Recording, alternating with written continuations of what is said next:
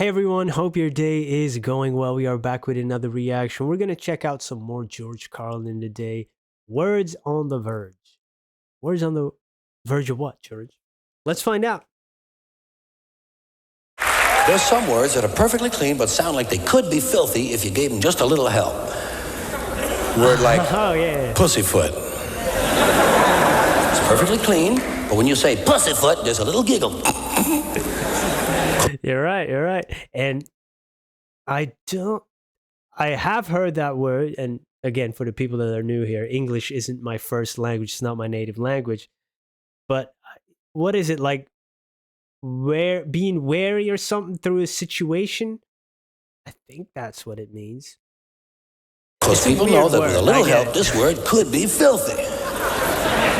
No matter what form of the verb you try, it's clean as a verb. But pussyfoot could be a noun. It could be a noun. Pussyfoot. A rare disorder. It's just a foot of a cat. It's just a foot of a cat. What do you mean? What do you mean, George? A rare disorder. Noun. Pussyfoot.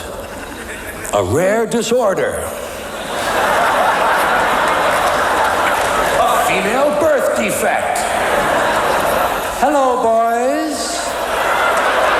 I have pussyfoot.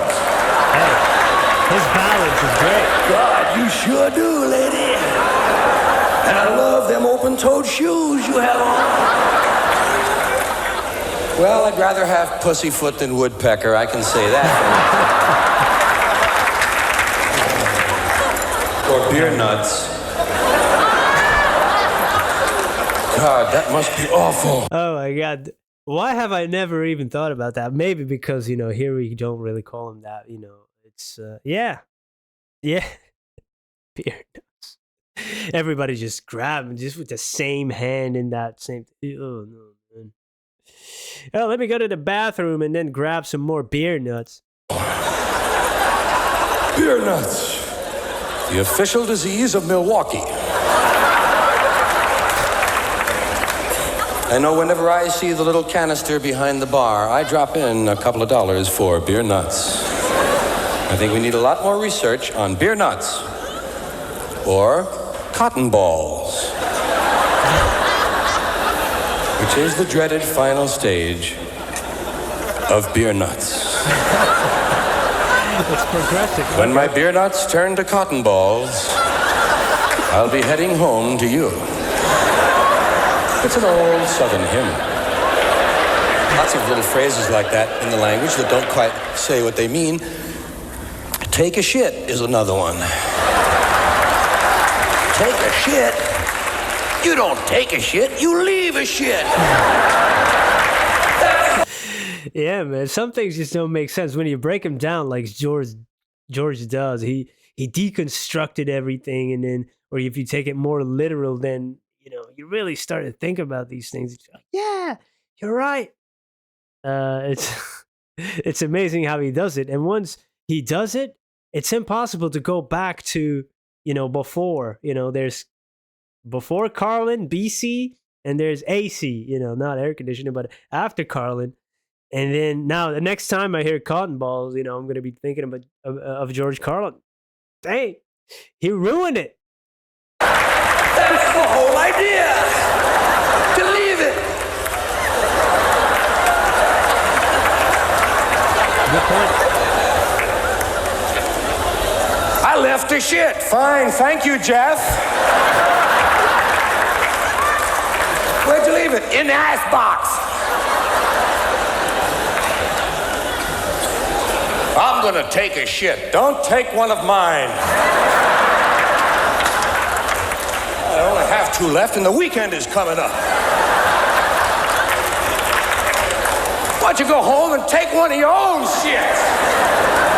The guy's always mooching off me. He must think I'm made of shit or something. Maybe that shit don't grow on trees, Well, enough of that shit.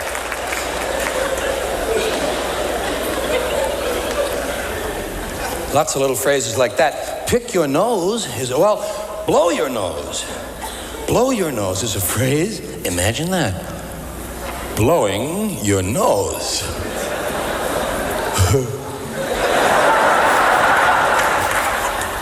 I don't believe they really mean that, do you? You can't blow your nose. I believe it's physically impossible to blow your nose. You might get somebody else to blow your nose. But it would have to be a real good friend. Cocktails. Another clean word. Cockpit. You can advertise them. You can put up signs all over town. Cocktail. As long as you use both halves of the word, perfectly fine. But you can't advertise either one of those two items if you break those words in half. They'll come and take your sign down. Cocktails. It's okay. It depends on how you say that kind of word. You ladies like some cocktails? Hey, lady, you want a cocktail? Why you gotta make it nasty, George? And then we'll actually laugh about that. Cocktail, get it? Oh, yeah. Bangkok. There's a lovely city. How would you like to be a hooker in Bangkok? Would seem like a natural habitat. Peacock. NBC is really proud of their peacock. You know what a female peacock is?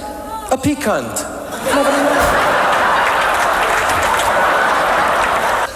My list. Oh. It's so weird that word that he just mentioned, the C word, in some countries it's like a form of, maybe Australia, like almost a term of endearment. In other countries it's just no, a big no. It's, it's interesting, those differences, right? In terms of how words are used. And George, he just pulls them apart, picks them apart, presents them in a way, and just ties everything together in such a, it all flows, and it makes so much sense after he says it. Like, oh yeah, you're right. The Bangkok is funny too. I think I've seen a bit about that, maybe Russell Peters' joke long ago, where he was talking about the origins or possible origin story of the word Bangkok. If somebody bangs his other C word somewhere. Bangkok. All right. Russell Peters tells it much, much better. Of course, that's why he's the comedian, and I'm just watching it. But it's fun, though. It's fun to get to share a little bit of laughter. And definitely need to check out more Carlin and, of course, other comedians. So if you have any recommendations, please let me know. Thanks for being here. Peace.